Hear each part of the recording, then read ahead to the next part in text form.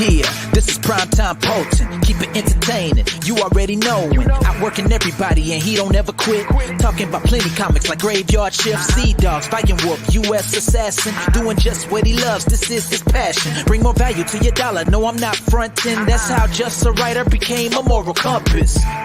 This is Primetime Poulton. This is Primetime Poulton. Let's go.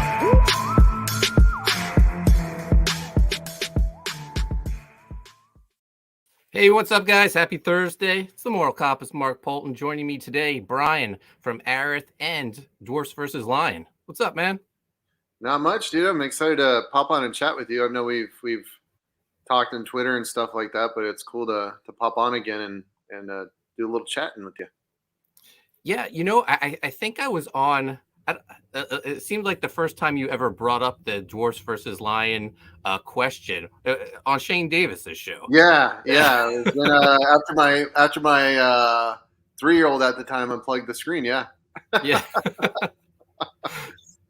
So it's crazy. It's crazy to see it go from just like a conversation piece. I know you said it's a debate you and your friend would have forever, Right. But now it's actually a book. It's amazing. Yeah, and it's even crazier that even as a book, people are fighting who win, depending on what's going on. So, art imitates life, but sometimes life imitates art. When we're looking at. I'm going to let you know right off the bat. I'm Team Lion. You're going to have to convince me how the Dwarfs would beat a Lion. It was weird. There was a huge rush of Team Dwarf, and I think what happened is people they go, okay, I love that CG celebrity, or I love that YouTuber, or I love that commenter. Mo Biggs. Everyone's a fan of Mo Biggs. Oh, yeah. And they kind of just went, all right, Team Dwarf. And then people kind of let the dust settle.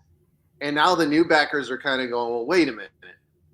That Lion's pretty badass looking. And those Dwarfs, it might be diesel powered, but you know what? That Lion he's got a scorpion tail. He's got claws. And I would say it is about 70 to 75% of new backers are going Team Lion. It's been, they're ahead right now. Yeah.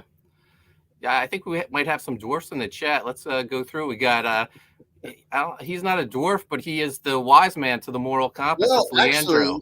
Actually, he did buy the Become a Dwarf tier, so he is a dwarf.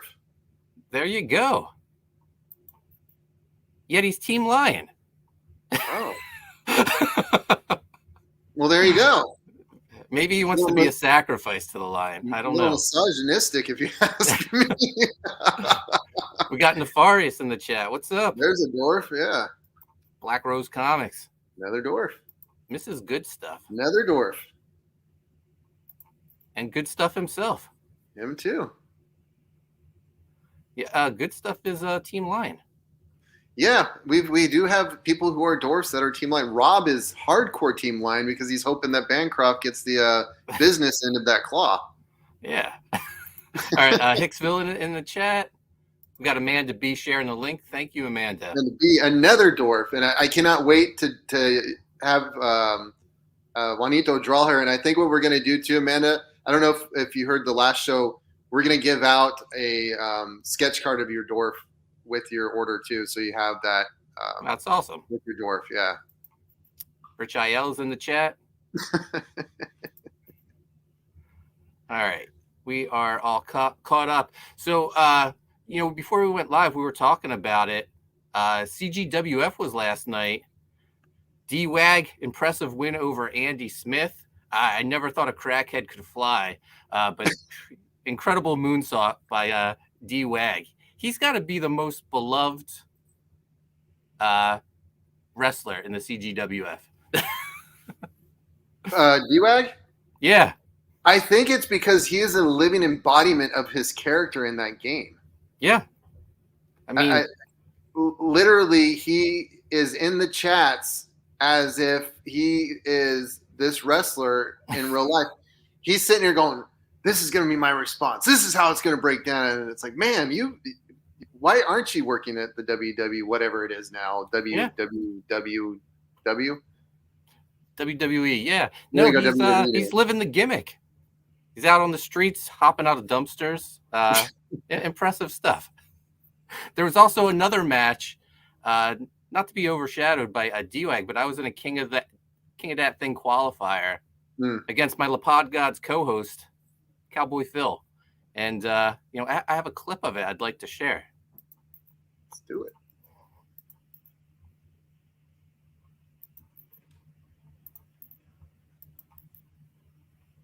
The flash photography. Get ready for the rhinestone. Oh no! Poulton Flex. Yes, I do have a Cowboy Phil tramp stamp. Terrible camera angle view. Yeah, that's Good match, Phil.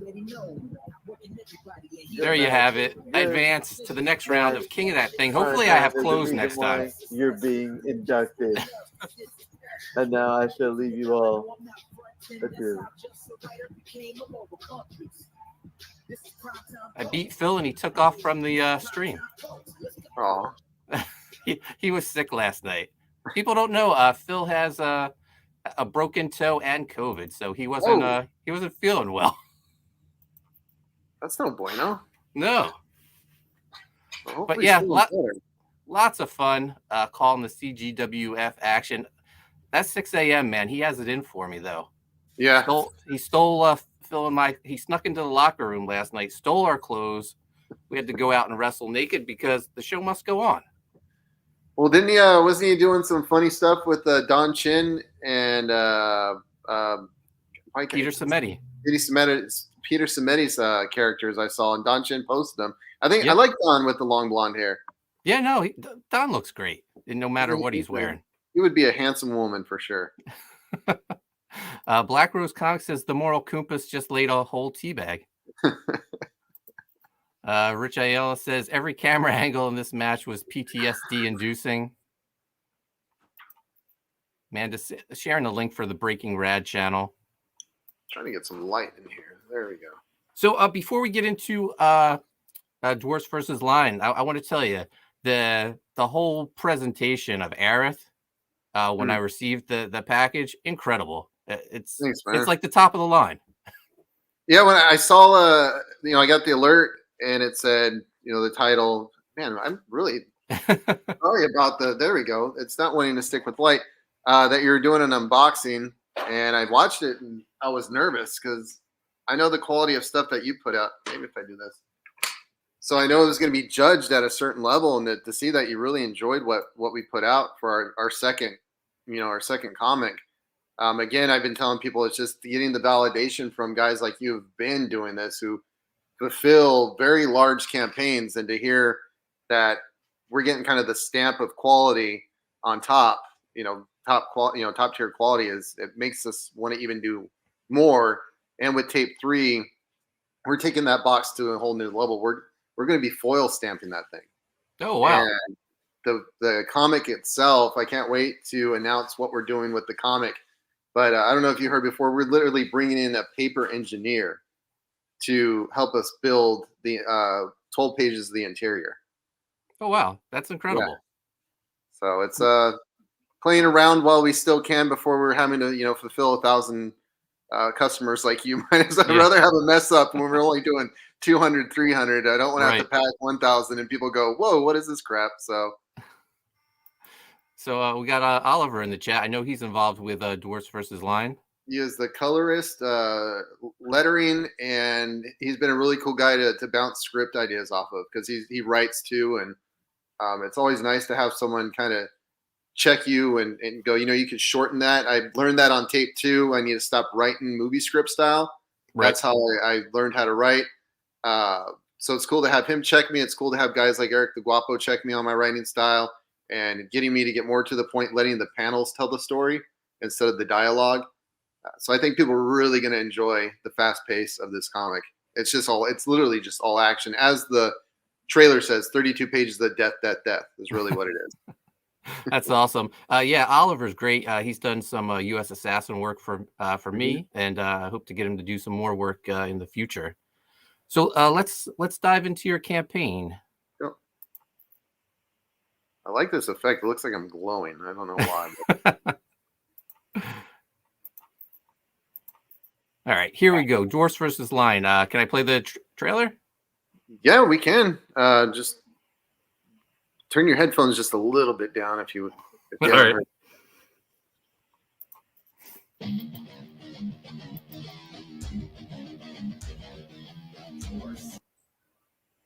Oh no. Oh, There we YouTube go. hates- Mm. Uh-oh. YouTube's a little- It's like YouTube is not liking you. Yeah. There we go.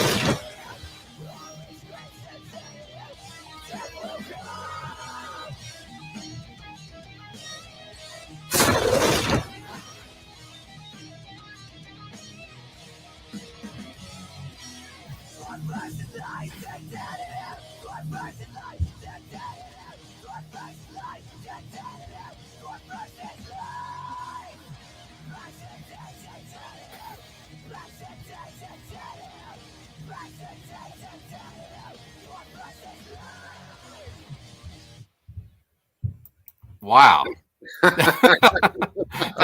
I'm going to be singing that tonight. Yeah, that is the whole point. People, B Rose is always singing in the chat.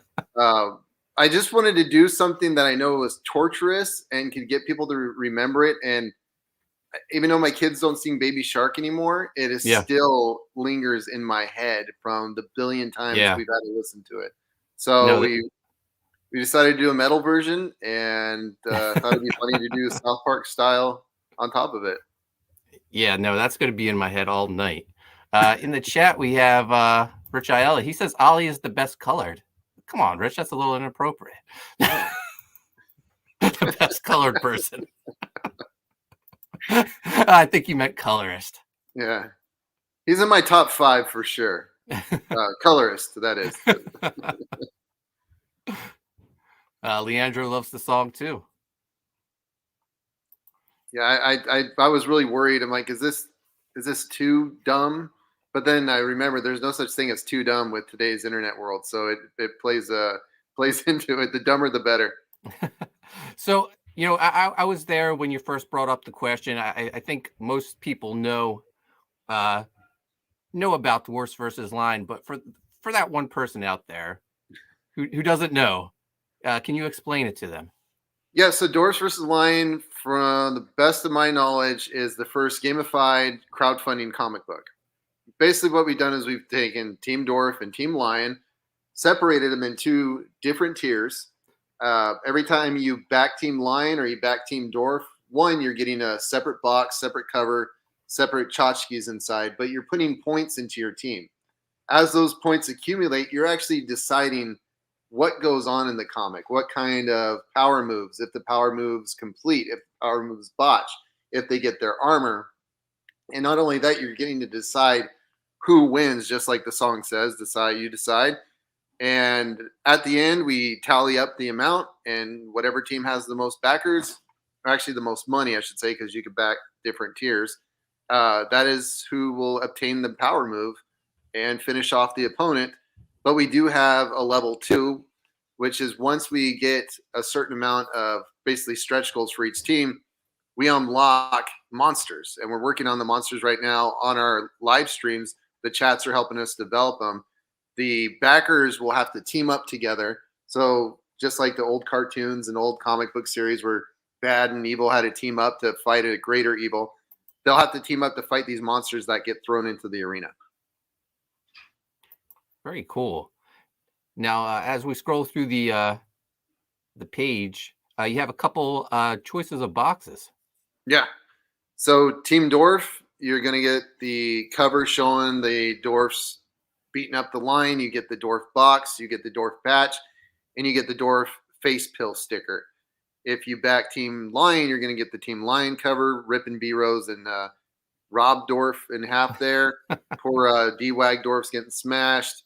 And you get the Lion box, the Lion sticker, face pill sticker, and also the Lion patch. So, question. I'm going to back. I love everything you do.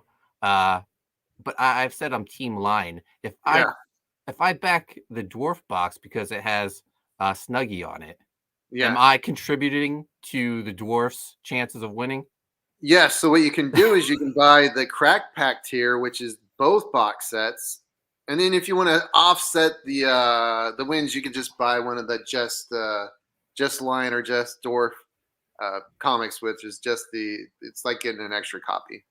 But Nice. yeah, whatever you buy is what's going towards the thing. So that's again another thing too is people are looking at this going, ooh, I like the merchandise. So now you got to really make a really hard decision here. And a lot of people have just been buying both, so it's been hard to figure out who's going to win. But Team Lion is ahead right now. Now I'm mesmerized by this sticker. Tell me about it. Is this one of the ones that come in the box? Yeah. So you either get this one, which is the Mo Dwarf, which is Mo Biggs, and literally the sticker is his face, and then when you peel off the sticker, you're showing the backing, which is now printed on the front instead of the back, and it looks like you're ripping off his skin. So where it's the Diaz brothers, I know they said when we were talking about it on one of their streams, they've been trying to find someone to do this. I think they did find someone to finally do this as well. It took us 5 printers, sticker printers, to be able to get this done. Some wanted to put sticker on top of sticker with the backing, but that it had a high damage result, so I didn't want to do that. The last thing I want people to do is open up a thing and it's a failure. It's not going to look good on me. Yeah. So we really worked hard on getting the sticker so it looks like you're peeling the skin off a Dwarf. No, that's awesome. I love it. So tell us about your creative team joining you on this. Yeah, so we got Juanito. I think everyone knows Juanito in the chats. He has been on a lot of the Page One podcast. He was the second place winner for the Godlike contest. This is his first sequential project, his first comic project. He did a little bit of concept art for me on an Aerith book that we're working on, and I loved his work. So I said, "Hey, can you do sequentials?" And he did a page. I said, "You're done. You're hired, man. This guy, he really puts in like everything he possibly can into a page." I said it before. He draws interiors like they're covers, and he doesn't have to, but he does. Yeah. And of course, we got Oliver from 656 doing the coloring, and he's going to be doing all the awesome lettering as well. Yeah, the artwork looks great. Mm-hmm. Yeah, it's a good way to showcase your first comic. Is, hey, Mom, I'm drawing dwarfs getting ripped apart by a lion. Are you proud of me yet? So tell us about your add-ons. So the add-ons I was out working, so I don't have all my fun stuff on the table right now. So we got the 3-inch line. It's in resin 3D printing, so it's highly detailed. It's almost an exact replica of what you see in the comic book. You can get this. He's 3 inches, but he's bulky, so it's like a bulky. People are gonna laugh and chat. It's a thick 3 inches, is what I'm trying to say, Mark. It's not the length; it's the girth. Yeah, it's Yeah. And then we're doing the NES cartridge again, like we did with the Aerith Tape 2. It's going to be a theme now. With every campaign we're doing, we're going to do an NES cartridge, so it becomes kind of like a collector set, a game collector set of all the Aerith Saga campaigns. Yeah, I absolutely love this. I got the Aerith cartridge. What was the inspiration? Just big NES fan? I was a big NES fan, and just the realm that Aerith is kind of the time frame that it's kind of influenced by. I wanted people to really have that nostalgia within the comic, but not just the comic book, but a physical. And nothing else says 80s or can take you back to being a kid growing up in the 80s or even early 90s than an NES cartridge. I think it's just has its own feel, its own smell, its own sound when you blow into it. It's just, yeah, it just it was a way to put you there in that mindset when you're reading the comic. No, it's a great idea. I love it. I wish I had thought of it. I will say for my next campaign, Black Owl, I'm doing Wrestling Buddies, if you remember them from the 80s. Yes. So what can you tell me about these guys? Yeah, so these are our beautiful dwarf models. They're modeling our T-shirts. So we have on the left our Kuma Shibuti, which is the battle cry of the dwarves. You have the Battle Dwarf logo, which is we're doing puff print, like the old 80s, 90s puff print. Oh, cool. So we're doing that style on there, a little different than any other shirt. Doing the hat, we got the Bancroft shirt. His Dwarfs wears that exact phenomenal shirt, plus it's Bancroft's signature saying. Yeah. Thought it'd be cool, people walking around with that on. Then just like our stickers, we have a two-sided lion shirt. So the front side is the lion's face. The back side is the lion peeled. My 3-year-old hates that shirt, but I think people have been liking it. They've been adding to the cart. So yeah, you're gonna make me spend a lot of money, Brian. And then we have another one, but it's the dwarf. So you got the same thing. If you're Team Dwarf, you can get the face pill of Mo. Everyone wants a Mo shirt. Yeah. And then we have this limited edition all over print hoodie, which I thought, hey, maybe we'll sell 3 or 4 and then we'll sell the rest on the website. I think we sold 15 of these already. And I was like, what the heck? People really like these. And I have mine. It's super comfortable. I was out and people were asking me where the heck I got it. So I was like, yeah, I think I'm going to make a brand off this Dwarf Versus thing now. Yeah, no, I really like it. I'm getting a little itchy thinking about adding it to the cart. And then you'll be able to add the 2 tapes as well if you haven't caught up on Aerith, because this is the same universe as Aerith. No, that's awesome. Stretch goals. Yeah, so we wanted to keep physical stretch goals just very simple, and they're all going to go into upgrading the book, not adding more stuff. Mm-hmm. So at $8,500, which I think we're almost there, we're going to take the logo for the cover, make it look like it's dipped in blood, and put blood splatter all over the cover, emboss it, and do UV coating all over the blood with the embossing to give it cool texture, cool like gooey, like you literally have blood on the paper. Like Blood Strike, rub the blood. Yeah, there you go. And then you got some crackheads. Yes. So, I saw the blockheads the first time from Eddie Winkler. He had them. Yeah. And Soggenwolf, I believe. I thought they were really cool, but I just don't. I mean, I personally will cut them out and put them together. That's not a problem. So we wanted a way for people to get these, but not have to worry about printing, cutting. So we're putting the outlines on plastic, thin plastic. They're already scorned, so you can just pop them out. They have the holes cut out, and you just put them together, and it'll be like this cool little vinyl graphic that we're calling Crackheads. And they unlock depending on what happens within the campaign. So we have Foridorf, that's Bancroft, Mo Dwarf, that's Mo, Lord Crackhead. So those are the 3 unlocked. B Roses will unlock. We're just waiting on the final artwork from Juanito, and we will put that up. Nice. And you have NFTs. Yep. So our NFTs are a membership. We have Arrogant Ape was our first customer for the NFTs. He already got his NFT hoodie, which was a limited edition, one-of-a-kind hoodie with his NFT on it. And in the label, it has his number, his NFT number with his NFT. He gets a collector's box that only NFT members get. He has voting rights on our campaign, so he was able to put 2 points into Team Dwarf. He will automatically get all upgrades when he backs future campaigns. If he backs the bottom tier, he gets the top tier. So it's just kind of a Costco card for Aerith Saga brand. Incredible. And you're going to have an animated comic? Yep. So once we have all physical copies mailed off and they're to people's doorsteps, we're going to be launching once a week, kind of an episode, maybe a minute and a half of the comic on our social media. And this is for the people who can't buy the comic, but support us through social media, word of mouth, stuff like that. Because there's a lot of people who just especially today. They just can't afford fun stuff. So we're going to get this is our way of giving back to the people who still support us. And plus, it's really good online content too and marketing.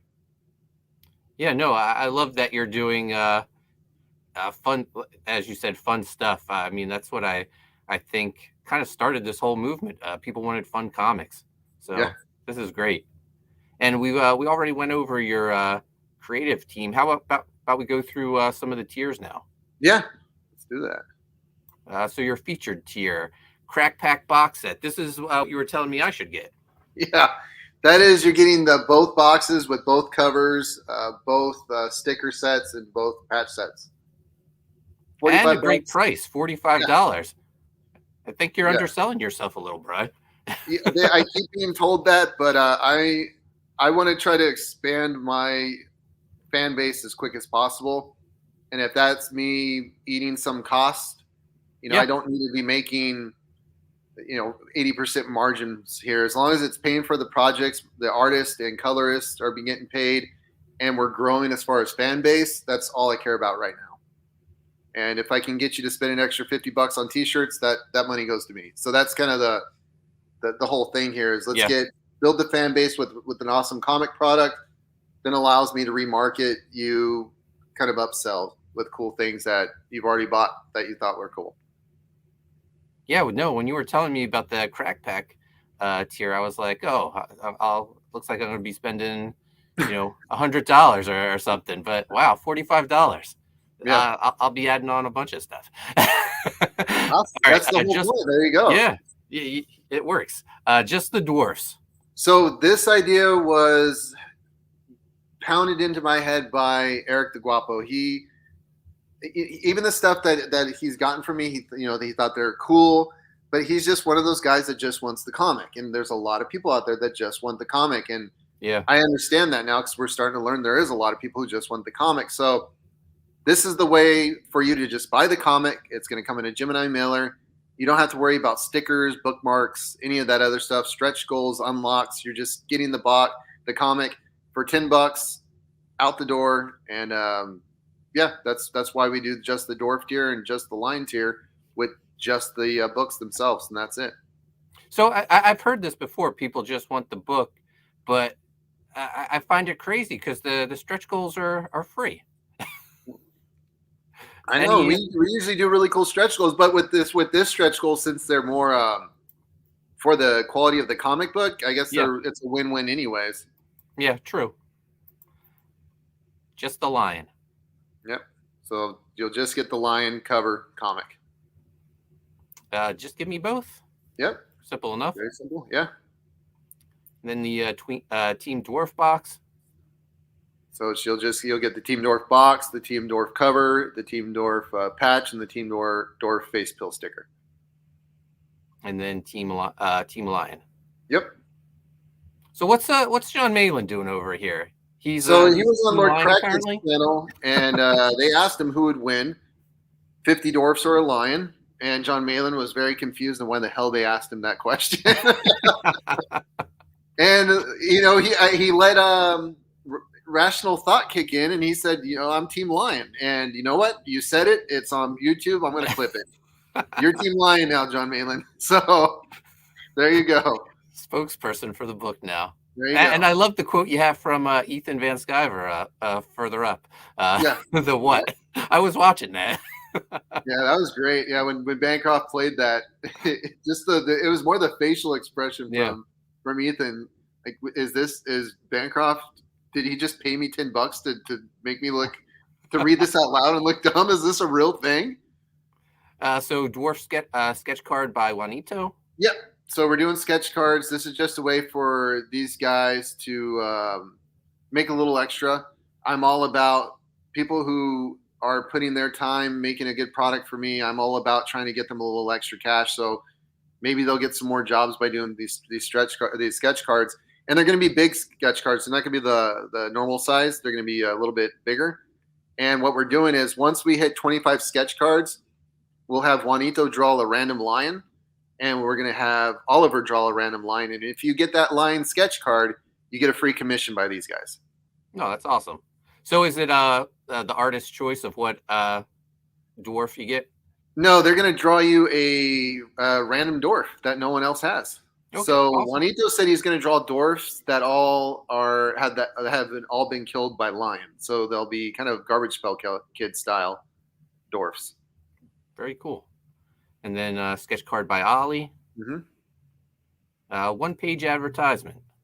Yep, we wanted to have a way to quickly fund the book, and I said, let's try this, and people actually were buying them, so we're going to put them in really good placements. Just a way to advertise the community with our readers. The more we have, and we'll be selling this on our website, so it's a pretty good bang for your buck.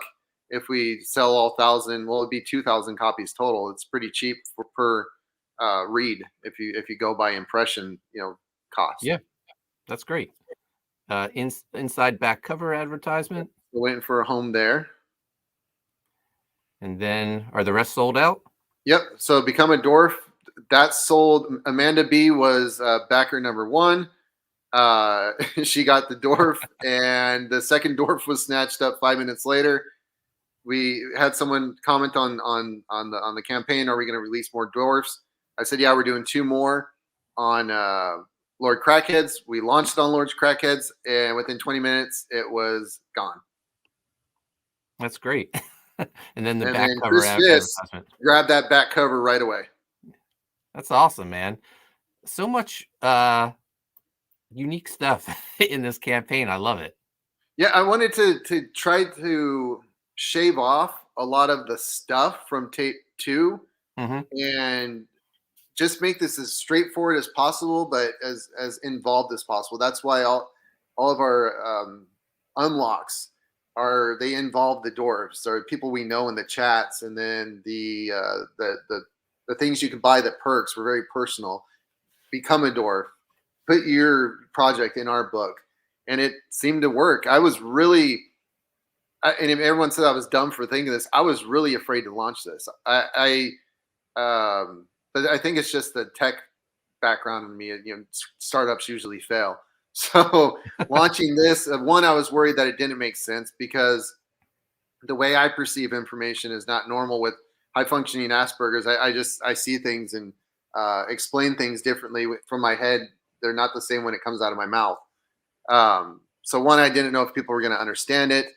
2, I didn't know if people were going to be mad that certain personalities were in there and they weren't in there. So I was worried about that. And Bancroft told me, he's like, dude, I don't know how you could have doubted this wasn't going to have a good launch.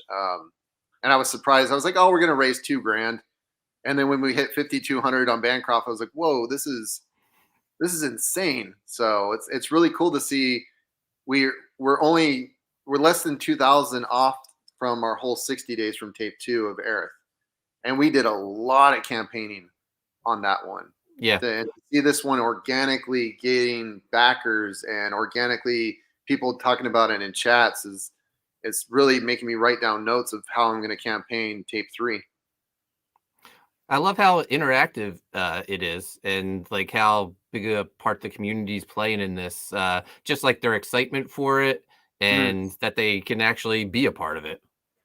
Yeah, and that was the whole thing: is how can I create a comic that I'm not creating, and how can we create a comic where the community feels like they're not just a backer, supporting it through money, but they're actually supporting it through a creative process on top. Because now when they get the comic, they can feel, I made this, because they literally did. We just drew it and wrote it and sent it to a printer. That's awesome. So how far along are you on the production of the book? I think we're at page 12 right now. We need to go through and see what's going to happen from today to next week, and then we'll write a script and draw. So with this, we have to wait a week to see what has happened, and then take if any power moves have unlocked and write them into it. So it's kind of a week by week process. And, once the campaign's over, we'll spend a week finishing up doing the ending, probably throw some fan art in there to bump up some page count so people have a little thicker book, and then send it to the printer. Printer only takes about 2 weeks to get this done, and then on the boat it goes. That's crazy. It didn't even dawn on me, but yeah, you're at the mercy of the campaign to decide what happens. Yeah. So we just don't, and that's kind of a cool writing part, because in my head, I see the story how it would go, but that's not necessarily how it's going to go. So it keeps us on our toes. And Padrino was even saying on one of the shows, it's cool to not know what he's going to draw.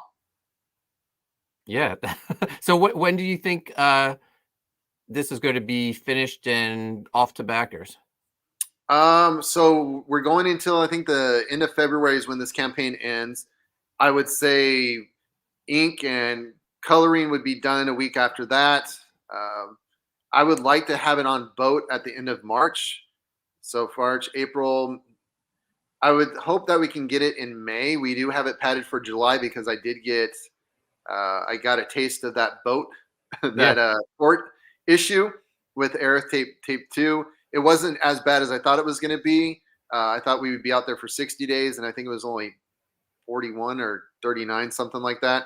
I know Adam Lawson really got hit hard on his. So I'm just padding just in case we deal with anything like that. So we promised everyone by July. But if we can get it out in May or early June, I mean, it's a win-win for everyone because we were able to get it out before we thought we could. But we're really at the mercy of transportation now. And it sucks because before, you'd get your stuff off a boat in 3 weeks. Yeah, no, I tell everyone, whatever you think you're going to finish it, pad it by a couple months. Yeah. If you deliver early, great. You look even better. And we did print our variant locally at Ready Comics. Ready Comics is just down the street from us. Yeah. But the problem is when we went to print, their paper was out. So we had to still wait for paper from China before they could print. And we actually got our prints from China quicker than we got our local print. So it doesn't matter. People go, oh, just do a U.S. company. And I called many U.S. companies and they didn't have the hull foil that we needed, or the paperweight that we used, or the matte finish with the semi-gloss. They didn't have it. So we were at the mercy of the congestion, the transport issue. So what's next for you? More Aerith, something new? Yeah, so we're working currently right now on Aerith 2. The cover is something that has been done before, but the way we're doing it's a little experimental because it requires cutting and some foil. And we don't know if you can cut through the material that we're working on and how it's going to line up with glue. So that's going to be fun. And if it fails, that's going to be $1,000 failure before I even start campaigning. But I'm on a mission to try to give people the coolest product possible at a price point that's still within what everyone's normally paying. And then figuring out how we're going to do this crazy 12-page like dream sequence within Aerith. So tape 3 is in an experimental mode right now. We already know we're going to do Dwarfs versus Junkman, which is the character from Escape or Die from 656. So that will be the next Dwarfs versus book. So that's definitely going to happen. We are working on, not until the end of the year, working with Esquivo to do a 128-page manga-style book for Aerith. We have a board game that we're going to be working on in the year for Dwarfs versus, which I think is going to be really cool. And we might try to launch a couple of ash cans. I might even try to do a 32-pager with Juanito mid-year. And then I'm actually working on doing a possible indie comic subscription service that I'm working on the logistics and printing process right now as well. So you mentioned a dwarf sequel. Are these going to be new dwarfs? It all depends on who survives. Yeah. We'll see. But yeah, we'll definitely be introducing dwarfs. They might even be zombie dwarfs. We don't know. The Canuck wants to know where his book is. U.S. Assassin, I should be done at end of the month, Canuck. So that gives me another. I said February. I have everything out, so I'm doing fine. Silver says Roach Balls much better than Dragon Balls. Very true. That's going to be a book that people are going to look at and go, wow, this is completely unique and different for sure.